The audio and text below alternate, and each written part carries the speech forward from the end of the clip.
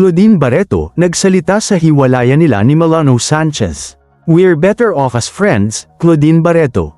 Binuksan ni Claudine Barreto ang tungkol sa maikling relasyon nila ni Melano Sanchez at nilinaw na hindi sila nagkabalikan, sa kabila ng mga usap-usapang lumitaw matapos siyang mag-post ng birthday greeting para rito sa Instagram. Sa panayam matapos ang media con ng pelikulang Home Along the Riles, The Reunion, sinabi ng aktres na magkaibigan na lamang sila ngayon. No, that's not true.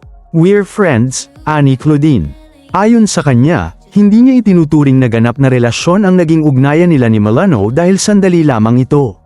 "I don't think that's counted, yung 1 month. That was really a whirlwind relationship, or whirlwind friendship," paliwanag niya. Bakit nauwi sa pagkakaibigan? Ibinahagi rin ni Claudine ang dahilan kung bakit hindi nagtagal ang kanilang pag-iibigan. "Hindi pa yon yung tamang panahon.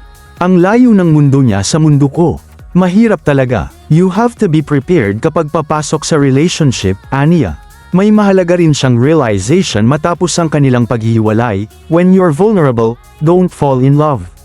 Mula panliligaw hanggang hiwalayan, naging bukas sa publiko sina Claudine at Melano noong Oktubre taong 2025 nang aminin ni Melano, na kababatang kapatid ni broadcaster Corina Sanchez, na nililigawan niya ang aktres. Nagbahagi rin sila noon ng mga sweet na larawan sa social media.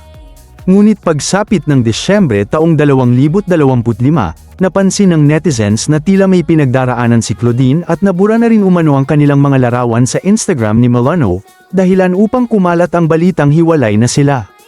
Hindi rin sila nagkabalikan ni Mark Anthony Fernandez. Pinabulaanan din ni Claudine ang espekulasyong nagkabalikan sila ng dating nobyong si Mark Anthony Fernandez.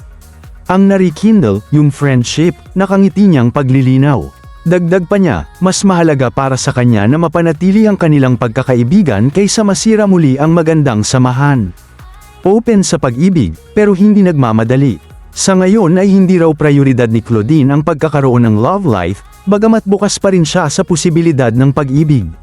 "Kung darating, darating. Kung hindi, ayaw ko nang pilitin," aniya. Inamin din niyang hindi pa siya maaaring magpakasal dahil hindi pa annulled ang kanyang kasal kay Raymart Santiago, na matagal na niyang hiwalay.